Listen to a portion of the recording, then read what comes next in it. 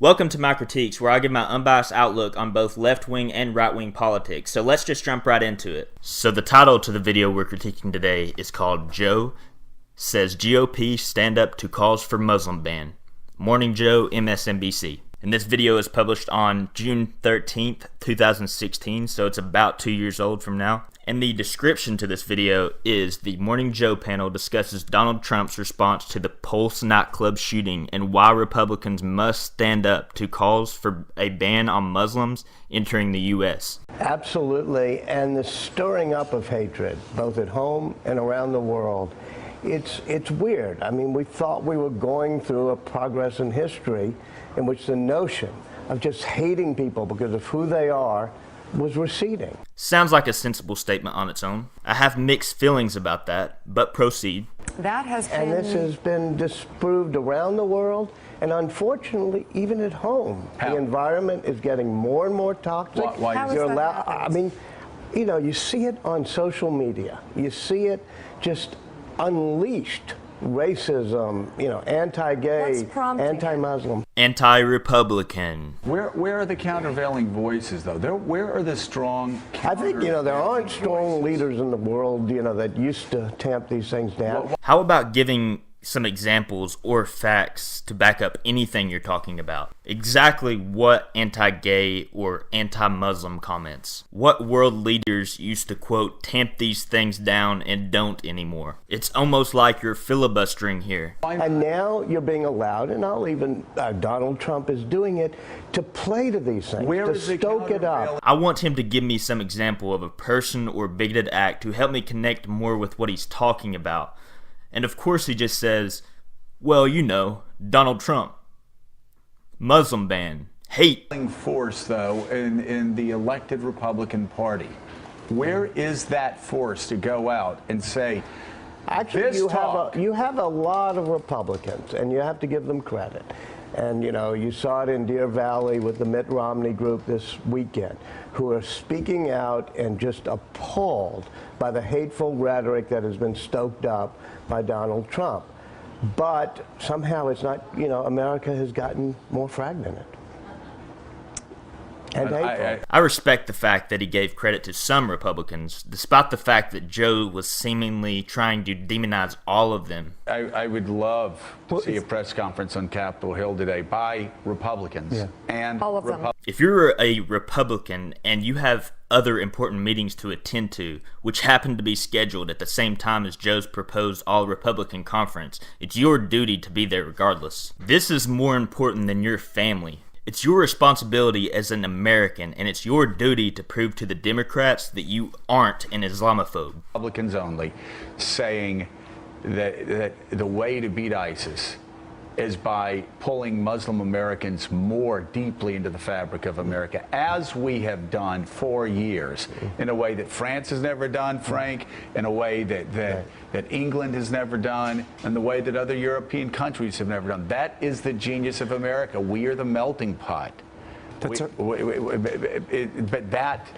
that narrative seems to be turned on its head right now. And I'm waiting for elected leaders in Washington, D.C. to stand shoulder to shoulder and say enough. That's a good point.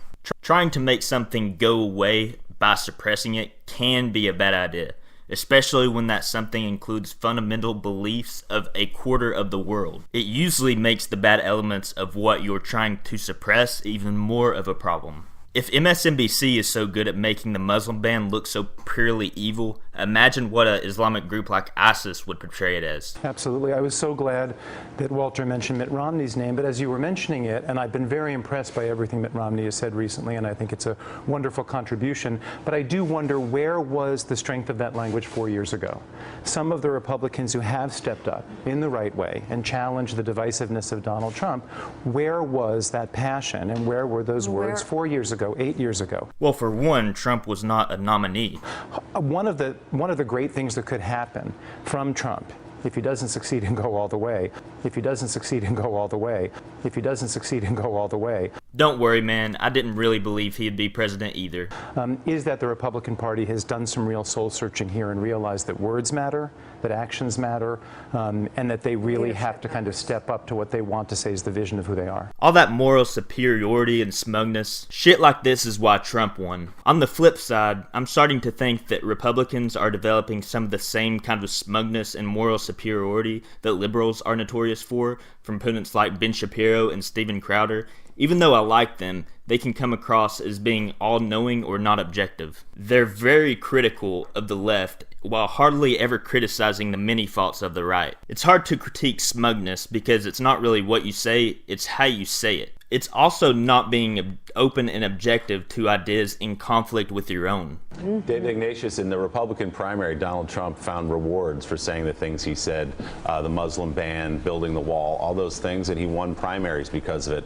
The general election is a different matter entirely. Do you think by him coming out today and through the rest of the week in reaction to what happened to Orlando and talking about building walls and Muslim bans, that will now hurt him instead of help him the way it did a few months ago? This story revolves around Donald Trump's Muslim ban and the fact that 50 people died at a gay nightclub by the malevolent acts carried out by a man who swore allegiance to the leader of ISIS. And you say that him talking bad about Muslims after this extremist act carried out will hurt his campaign.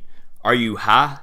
His comments immediately after the shootings may seem to people to have been opportunistic. Opportunistic may be the understatement of the year. An attempt to say, I told you so, that those may have hurt him. But I do think that there is a real danger in our general election campaign of the same kind of politics that we're seeing in Europe, in France, in Germany, in Austria, in Britain, where people are speaking to, politicians are speaking to the fears that people have, and rather than trying to bring them together and have more sensible and inclusive policies, they're doing the opposite. It's not like Morning Joe uses fear-mongering for political gain. Going to help you out here how you can focus on this incident and ask why a guy has 36 guns that are suitable An for arsenal. Suitable for running on the beaches of Normandy and shooting Nazis.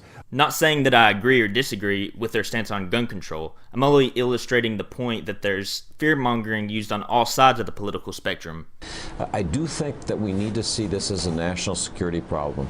What's breathing life into ISIS around the world is this sense, this rhetoric that's coming from prominent politicians that confirms their view of the world, that Muslims are on one side and are discriminated against, and the world is ganging up on them, and that's going to give them life rather than squeezing them off, and people have to see that. And there's elements to that which are true. Of course there is. We're going to look into this on our own, but I say to Republicans in Washington, how many of you are for the Muslim ban? That's like asking how many Democrats are for gun control. How many of you would stand up and say you are for the Muslim ban? Okay, so that's a fair question.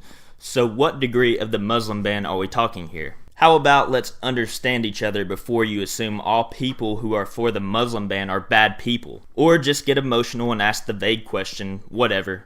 Because if you are, I'd like to hear it. I'd like to really hear what is behind that logic. Porn audition level acting. Not porn star level, because that would be too good. At this point, and why you would stand with Trump on that, and why you would support Trump if he is for a Muslim ban, given everything that we've learned. Yeah, it's really difficult to argue against everything brought to the table here. And given that every expert on ISIS, including General Hayden, telling us that it only empowers ISIS. That sort of rhetoric only strengthens ISIS and only encourages people to feel like they don't belong to our society, that they aren't full Americans. But that's what ISIS is trying to stoke up. Of course, that's what they're trying to stoke up. And we saw it last week or the week before, as it had to do with a judge born in America from Indiana being called a Mexican because his parents came here from Mexico. And now we have Donald Trump talking about banning Muslims that were born in New York and live in Florida. Omar Mateen, who shot up the nightclub, was born here.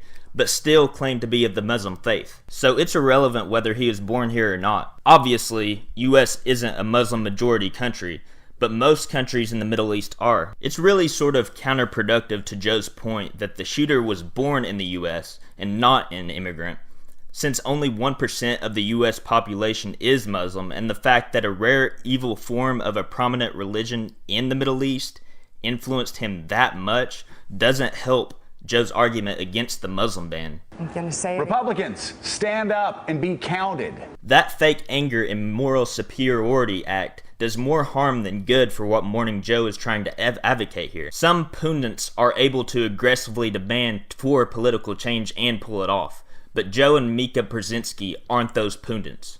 Now is the time. You can't hide. Stand up and be counted. And as I know I've said this a few times before, but I don't understand Paul Ryan, the Speaker of the House, who could endorse a candidate who's for a Muslim ban and who has said the things that he has said about a judge and won't retract and won't apologize and won't even understand the racist quality of those statements. People have to keep in mind that most who are for the Muslim ban are looking through the lens of keeping out radical terrorism. Most of those people aren't trying to maintain the white race or anything. Doubled down at the worst possible time yesterday. I'm talking about Donald Trump doubled down, congratulating himself, and then talking about doubling down on the Muslim ban. At this point, I'm shaken by the whole thing. I really can't believe we're here. Mika needs to prepare like 30 minutes before coming on national TV before attempting to act emotional. Before coming on, she needs to think about some dead puppies or how Joe can't get it up anymore in preparation. Something to make her emotions come off somewhat genuine. Frank Bruni, thank you so much for being with us. We greatly appreciate it. Everybody needs to read your piece yesterday. Extraordinarily important. I overall agree with Morning Joe's stance on the Muslim ban, but I'm talking in a very generalized sense. Everyone on the panel kept throwing out buzzwords like hate, racism, melting pot, etc. And that's fine to do that, but it's literally done throughout without explaining why Donald Trump is wrong. When it comes to America's melting pot, I don't think most conservatives are against the melting pot of races, but otherwise are against the melting pot of Muslim culture in general. That's what needs to be debated. Why Muslim culture should or should not be integrated. Why should Americans not be worried at all about Sharia law possibly being in conflict with the US Constitution or American law? Why should Americans not be worried about the 164 jihad verses in the Quran? That's the kind of questions that need to be addressed. And that's coming from someone who believes those things shouldn't be a reason to ban Muslims, but it should be questioned. Don't get me wrong, Republicans can be just as bad as Democrats, or even worse when it comes to not using facts and only using feelings to fuel their arguing points. For example, the time when Bill O'Reilly exploited 2 teenage illegal immigrant boys who allegedly raped a 14-year-old girl at a high school in Maryland. Bill plastered their faces on his show, despite the fact that the boys were only allegedly convicted of rape and the judge ended up ruling the boys not guilty. Or when the right-wing media ever exploits families of victims who were killed by Muslim terrorists or illegal immigrants, despite the fact that, according to most sources, less than 1% of Muslims are radical and roughly 10% of undocumented immigrants have committed a crime at all, and violent crimes committed would be much less than that. Of course, being undocumented itself isn't included as a crime in the undocumented immigrant statistic. Nothing is exactly on the same degree of anything, but Fox News doing something along those lines is similar to CNN showing clips of families of victims who were killed in school shootings to combat gun control. Not much difference in technique, only in politics. Basically just saying you're a bad person because you believe this. As for the far left, they are people who do not want any immigration enforcement. They want open borders, they want alien criminals protected, they want anarchy. I wanted Morning Joe to debunk the main reasons why Republicans are for the Muslim ban, specifically why they are wrong for standing for it. Not for Mika to just say, how many of you would stand up and say you are for the Muslim ban? Because if you are, I'd like to hear it. I'd like to really hear what is behind that logic. This is a political talk show on national TV. You should have an idea. I actually enjoyed the last Morning Joe episode I went over, but this one had no factual basis at all and only ran on emotion. That's about all I have to say about this Morning Joe piece. I try to be very open-minded, so if you disagree with anything I said, let me know. I haven't gotten too many suggestions or comments, so if there's anything I can be doing to make my videos better, I'm interested in hearing your opinion on that too. If you want to check out my other 97 critiques, the link is in the description below. The link to the original video is also in the description as well.